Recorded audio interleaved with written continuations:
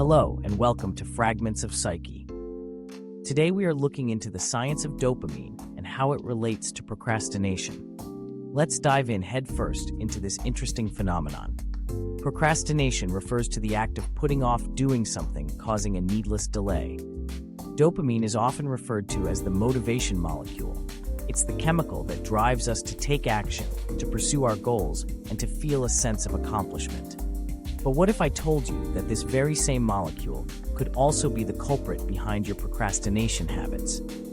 It sounds contradictory, I know, but bear with me, and let's explore this fascinating connection. Procrastination is an epidemic that affects millions of people around the world. We've all been there, stuck in a rut, avoiding tasks and making excuses. But what we often overlook is the emotional and psychological toll it takes on our productivity. Procrastination can lead to feelings of guilt, anxiety, and depression. It can make us question our own abilities and undermine our confidence. We get stuck in a cycle of avoidance, and it's hard to break free. Many of us have tried to tackle procrastination through sheer willpower, only to find ourselves back at square one.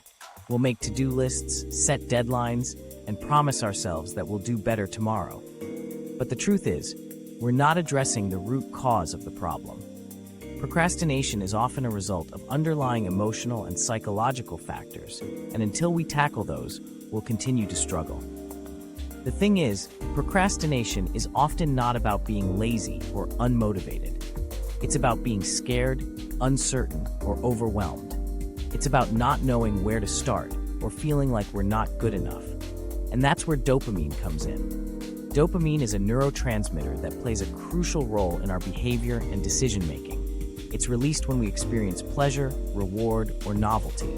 But what's interesting is that dopamine is also released when we anticipate a reward, not just when we receive it. This anticipation can create a false sense of motivation, making us feel like we're working towards our goals, when in reality, we're just delaying the actual work.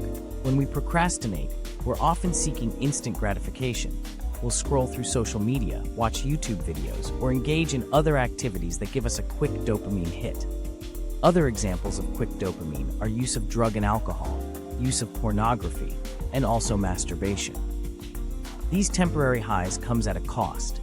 It reinforces the behavior, making us more likely to procrastinate in the future. And that's why understanding dopamine's effects is crucial in combating procrastination. The key insight here is that our brains are wired to seek pleasure and avoid pain. Dopamine is the molecule that drives this behavior, and when we understand how it works, we can empower ourselves to make better choices.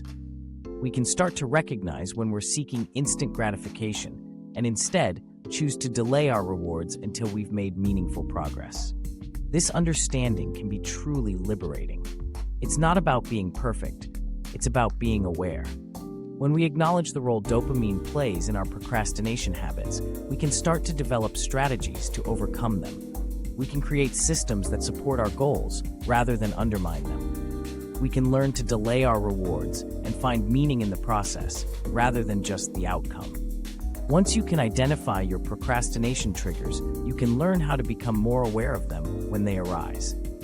If they do, you can form an action plan unique to your needs and wants and begin forming new routines or habit formations over the old procrastination habits.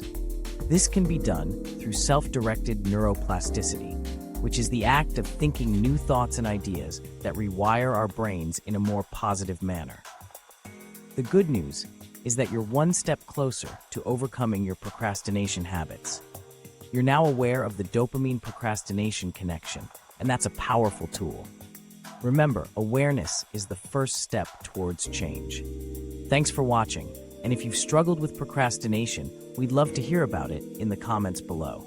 Share your experiences, your struggles, and your successes. Remember, we all have a unique face and different pace on our mental health journey.